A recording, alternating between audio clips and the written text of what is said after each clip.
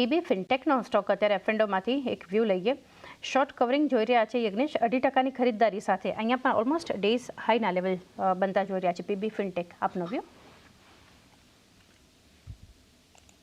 જે રીતે સ્ટોકની અંદર એક મોમેન્ટમ જોવા મળી રહ્યું છે અને સ્ટોકમાં જે રીતે એક પોઝિશન બિલ્ડ થતા પણ જોવા મળે છે ઓપન ઇન્ટરેસ્ટ વાઇઝ લાગી રહ્યું છે કે સ્ટોકની અંદર એક અપસાઇડ મૂવ અહીંથી જોવા મળે અને after a good up move જે રિટ્રેસમેન્ટ હતું એ ક્યાંક ને ક્યાંક સમાપ્ત થતા જોવા મળ્યું છે.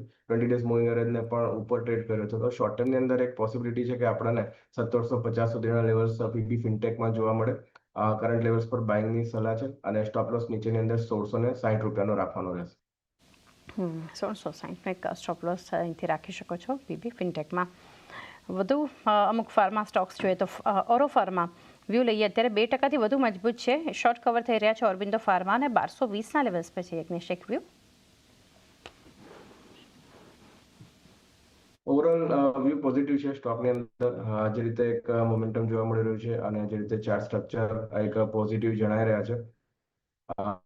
મારું એવું માનવું છે કે સ્ટોકની અંદર એક આઉટ પરફોર્મન્સ જોવા મળી શકે છે. ઉપરની અંદર 1240 ને એકવાર ક્રોસ કરે છે, બ્રેકઆઉટ કરે છે તો ઘણું સ્ટ્રોંગ અપમૂવ જોવા મળે 1280ના લેવલ સુધી. તો બાયની સલાહ છે. સ્ટોપ લોસ નીચેમાં આપણે 1190 રૂપિયાનો રાખવાનો રહેશે.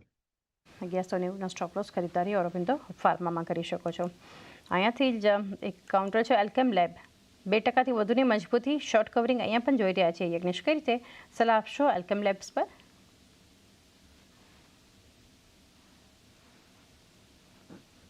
જે રીતે આપણે જોઈએ છે કે આ સેક્ટર જ ઓવરઓલ એક સ્ટ્રોંગ મૂવ બતાવી રહ્યું છે અને આ સ્ટોકમાં પણ સ્પેસિફિકલી જોઈએ છે તો લાસ્ટ 4 થી 5 ટ્રેડિંગ સેશન એ ઘણી નેરો રેન્જની એક બ્રેકઆઉટ જોવા મળી રહ્યો છે. વ્યૂ પોઝિટિવ છે. ઓવરઓલ ટેકનિકલ સ્ટ્રક્ચર જોઈએ છે તો સ્વિંગ હાઈનો પણ એક સ્ટ્રોંગ બ્રેકઆઉટ ઓલરેડી જોવા મળી ચૂક્યો છે આ કાઉન્ટરમાં. તો બાઇંગની સલાહ છે. શોર્ટ ટર્મની અંદર એક પોસિબિલિટી છે કે સ્ટોકની અંદર ઉપરની અંદર 5530 સુધીના લેવલ્સ જોવા મળે તો એક ખરીદદારીની સલાહ છે અને નીચેની અંદર સ્ટોપ લોસ જે મેન્ટેન રાખવાનો છે 5270 પાસે રાખવાનો રહેશે. 5270 પાસે એક સ્ટોપ લોસ એલ્કેમ લેબ્સ પર રાખી શકો છો. માઇક્રોટેક ડેવલપર્સ લોધામાં અત્યારે લોંગ સાઇડ પર બિલ્ટઅપ છે યજ્ઞેશ, 2.5%ની ખરીદદારી છે અને 5%ના ઓપન ઇન્ટરેસ્ટ એડિશન બતાવી રહ્યું છે સ્ટોક. તો આપનો વ્યૂ?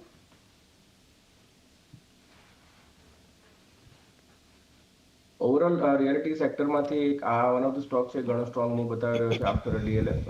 જે રીતે એક સ્ટોકની અંદર એક બ્રેકઆઉટ રહ્યો છે 1385ના લેવલ્સ પાસે. તેની ઉપર આપણે સસ્ટેન કરી રહ્યા છે. ગઈકાલે એક પ્રોફિટ બુકિંગ જોયું પરંતુ આ લેવલ્સ પર સ્ટોક સસ્ટેન કરી રહ્યો હતો 1380ના. તો મારો વ્યૂ પોઝિટિવ છે. 1380ના સ્ટોપ લોસથી બાયની સલાહ છે. લક્ષ્યાંક 1440 અને 1480 આ બે લેવલ્સ એક એક્સપેક્ટેડ છે. 1440 1480 બે ટાર્ગેટ ધ્યાનમાં રાખી ખરીદારી કરી શકો છો માઇક્રોટેક ડેવલપર્સ પર. વોલ્ટાસમાં શોર્ટ કવર થઈ રહ્યું છે અત્યારે 1.5%ની ખરીદારી સાથે યજ્ઞેશ અને 1260 આ પણ ડેઝ હાઈ પર અત્યારે ફ્યુચરમાં ટ્રેડ થઈ રહ્યો છે વોલ્ટાસ. તમે કઈ રીતે સલાહ આપશો? સ્ટોકની અંદર એક રિવર્સલ સ્ટ્રક્ચર ફોર્મેશન જોવા મળી રહ્યું છે ટેકનિકલી, પરંતુ relative strength compare to Nifty index જોઈએ છે તો ઘણી વીક જણાઈ રહી છે. તો મારા હિસાબે જ્યાં સુધી એક આઉટપરફોર્મ નથી આપી રહ્યું, આઉટપરફોર્મ નથી કરી રહ્યું ઇન્ડેક્સને, તો એકવાર વેટ એન્ડ વોચ કરવું જોઈએ. સ્ટોકની અંદર હજુ પણ રિવર્સલ કોઈ કન્ફર્મેશન નથી તો એકવાર વેટ કરીશું. 1320ના ઘણા સ્ટ્રોંગ રેઝિસ્ટન્સ લેવલ છે તો 1320ના બ્રેકઆઉટ માટે વેટ એન્ડ વોચ કરીશું. 1320ના એક બ્રેકઆઉટ માટે વેઇટ એન્ડ વોચ વોલ્ટાસ પર એક અપ્રોચ રાખી શકો છો. એબી કેપિટલમાં અત્યારે 1.5%ની ખરીદારી છે. શોર્ટ સાઇડ પર કવર થઈ રહ્યા છે. 218ના ડેઝ હાઈ પર છે આદિત્ય બિરલા કેપિટલ. યજ્ઞેશ, કઈ રીતે સલાહ આપશો? જી, આદિત્ય બિરલા કેપિટલમાં વ્યૂ પોઝિટિવ છે. સ્ટોકની અંદર જે રીતે એક સ્ટ્રોંગ મૂવ જોયો ત્યારબાદ એક કન્સોલિડેશનની એક નેરો રેન્જ જોવા મળી રહી છે. સ્ટોક ઘણા સ્ટ્રોંગ 210ના લેવલ્સના જે બ્રેકઆઉટ હતા એને સસ્ટેન કરી રહ્યો છે. તો 210ની ઉપર છે ત્યાં સુધી વ્યૂ પોઝિટિવ રાખવો જોઈએ. બાય ડિપ્સ કરી શકીએ છીએ આપણે. લક્ષ્યાંક ઉપરમાં 230ના છે જે પ્રીવિયસલી સ્ટ્રોંગ રેઝિસ્ટન્સ જોવા મળી રહ્યો છે. તો ખરીદારીની સલાહ છે 210ના સ્ટોપ લોસથી 230ના લક્ષ્યાંક માટે. 210નો સ્ટોપ લોસ 230ના ટાર્ગેટ એબી કેપિટલ બતાવી શકે છે. સોલાર ઇન્ડસ્ટ્રીઝ માટે આપની સાથે ચર્ચા કરી લઈએ યજ્ઞેશ. અત્યારે શોર્ટ કવર છે 1.5% ઉપર છે અને જે રીતે અત્યારે કારોબાર મજબૂતી સાથે જોઈ રહ્યા છે સોલાર ઇન્ડસ્ટ્રીઝ, આપ કઈ રીતે સલાહ આપશો? જે સ્ટોકની અંદર આપણે જોયું છે તો હાયર લેવલ્સથી વેચવાલી જોવા મળે છે. 14250ના લેવલ્સ પર આપણે હાઈ જોયા હતા અને ગઈકાલના સેશનમાં પણ આપણે જોયું કે એક લોઅર લેવલ્સ પર નીચેમાં 13075 પાસે લો ફોર્મ થયા હતા. તો ઘણી વાઇડર રેન્જમાં અત્યારે આપણને વોલ્ટિલિટી જોવા મળી રહી છે. નીચેમાં જે સપોર્ટ છે 13,100, એકવાર 13,100 બ્રેક કરે છે તો એક પોસિબિલિટી છે કે આપણને લોઅર સાઈડ પર કાઉન્ટર ટ્રેડ કરતા જોવા મળે. તો અત્યારે થોડું વેટ એન્ડ વોચ કરવું જોઈએ. અગર કોઈની લોંગ પોઝિશન છે તો 13,100 નો ટ્રેલિંગ સ્ટોપ લોસ રાખો. નવા બાઇંગ માટે થોડું વેટ એન્ડ વોચ કરવું જોઈએ. નવા ખરીદારી માટે થોડું વેઇટ એન્ડ વોચનો એક અપ્રોચ અહીંયાથી રાખી શકો છો. સોલાર ઇન્ડસ્ટ્રીઝ માટે રોકાણ હોય તો હોલ્ડ કરી શકો છો. ત્યારબાદનો સ્ટોક ધ્યાનમાં આવી રહ્યો છે Godrej consumer products. Long side પર બિલ્ટઅપ છે. ઓઆઈ ચેન્જ વધારે નથી યજ્ઞેશ, પરંતુ 1.5% પ્રાઇસ ચેન્જ અને ડે હાઈ 1285ના લેવલ્સ અત્યારે બતાવી રહ્યો છે ગોદરેજ કન્ઝ્યુમર પ્રોડક્ટ્સ. કઈ રીતે સલાહ આપશો?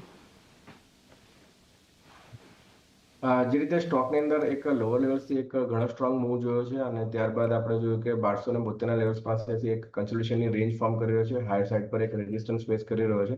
1280ના લેવલ્સ પર ટ્રેડ કરી રહ્યો છે અત્યારે. તો ટેકનિકલ સ્ટ્રક્ચર તો સ્ટ્રોંગ છે. After a good up move એક કન્સોલિડેશનની રેન્જ છે. 20 ડેઝ મૂવિંગ એવરેજની ઉપર ટ્રેડ કરી રહ્યો છે. 50 ડેઝ મૂવિંગ એવરેજની પણ ઉપર ઘણો સ્ટ્રોંગ એક રાઇઝ જોવા મળી રહ્યો છે. તો મારા હિસાબે સ્ટોકની અંદર જ્યારે પણ ઘટાડો આવે છે, જેમ કે આજના ગઈકાલના સેશનમાં જોવા મળ્યું, તો આજે નીચેના લેવલ્સથી બાઇંગ છે. એક સારી ઓપોર્ચ્યુનિટી છે નીચેના લેવલ્સથી એક લોંગ ઇનિશિએટ કરવાની. ઉપરમાં 1320ના એક ઇમ્પોર્ટન્ટ લેવલ છે જે આપણને એક સ્ટોકમાં આવતા જોવા મળી શકે છે. અને સ્ટોપ લોસ જે આજના ટ્રેડિંગ સેશનનો લો છે 1250 પાસે રાખવાનો રહેશે. 1250 પાસે આજનો જે લો છે ત્યાં તમે એક સ્ટોપ લોસ રાખી શકો છો ગોદરેજ કન્ઝ્યુમર માટે. મુથુટ ફિનાન્સ, ત્યાં અત્યારે શોર્ટ કવર થઈ રહ્યા છે. 1.5% પ્રાઇસ ચેન્જ અને 1.5% ઓઆઈ ચેન્જ અત્યારે જોઈ રહ્યા છે સ્ટોક પર મુથુટ ફિનાન્સમાં. કઈ રીતે સલાહ આપશો?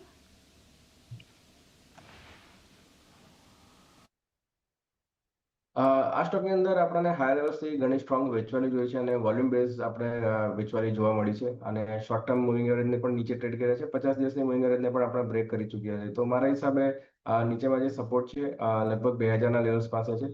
પરંતુ અત્યારે જે રીતનું ચાર્ટ સ્ટ્રક્ચર છે, ખરીદારીની તો કોઈ સલાહ નથી, કારણ કે કોઈ બુલિશ અપ્રોચ લાગી નથી રહ્યો.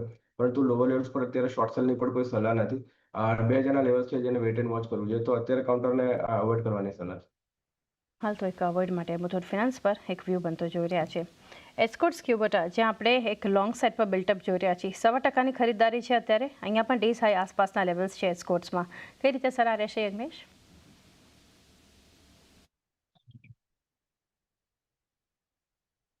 જે રીતે એસ્કોર્ટ્સમાં વ્યૂ પોઝિટિવ છે.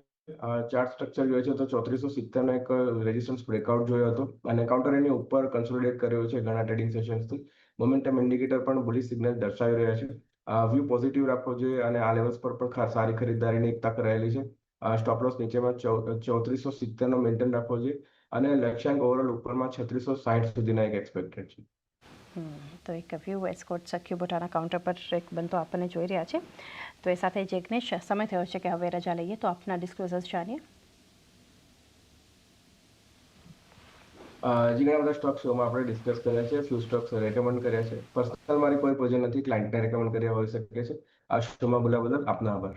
યજ્ઞેશ, આપનો પણ આભાર.